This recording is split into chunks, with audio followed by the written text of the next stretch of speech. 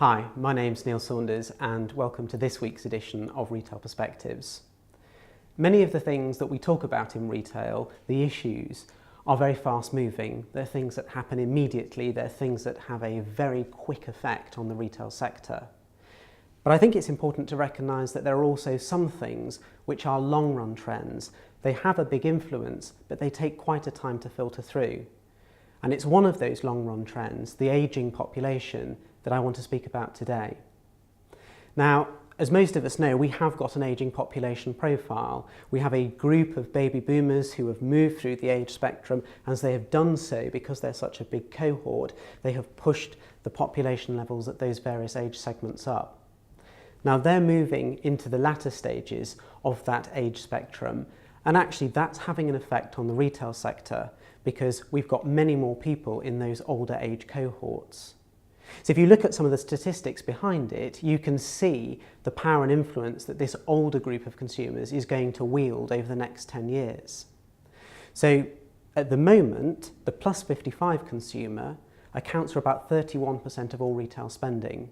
In 10 years' time, they'll account for 37%.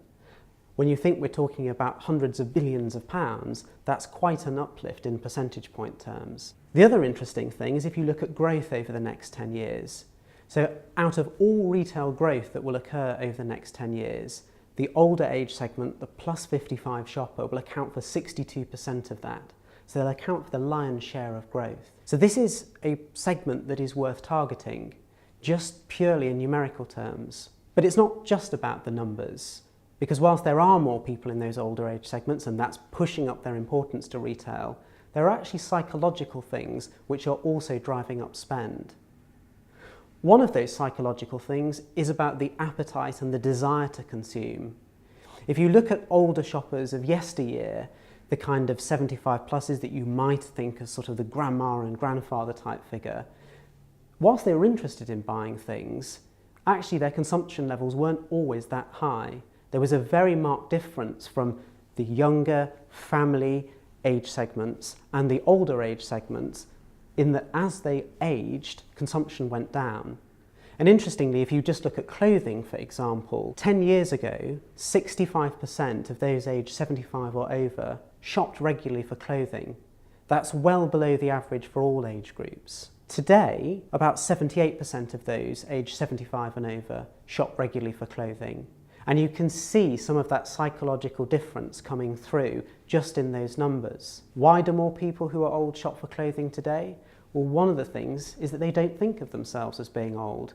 Many of the older consumers we have coming through today actually think of themselves as being young. And one of the things they want to do is stay young for as long as possible. And that drives consumption because they're interested in fashion, they're interested in beauty products, they're interested in buying things that help them feel better about themselves. So they're much more willing to consume. The appetite is there to consume, and that, as well as the numbers, has also pushed up spending. So this is a segment that is worth chasing for retail, but there are some things that need to be considered because it isn't an easy segment.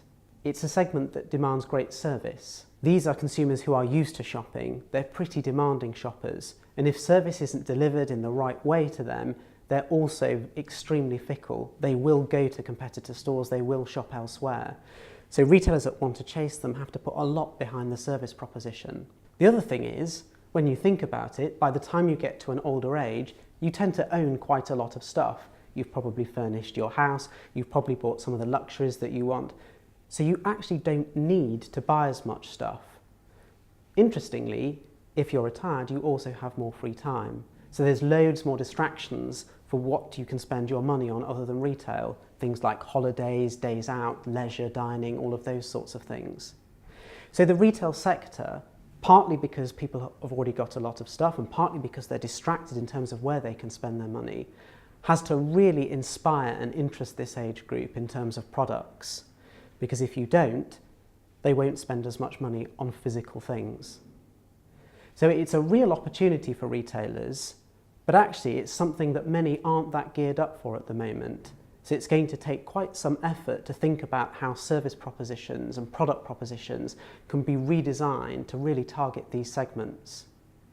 But those retailers that do have a much better opportunity of growth, because over the next 10 years, the older consumer is going to drive most of the growth in the retail sector.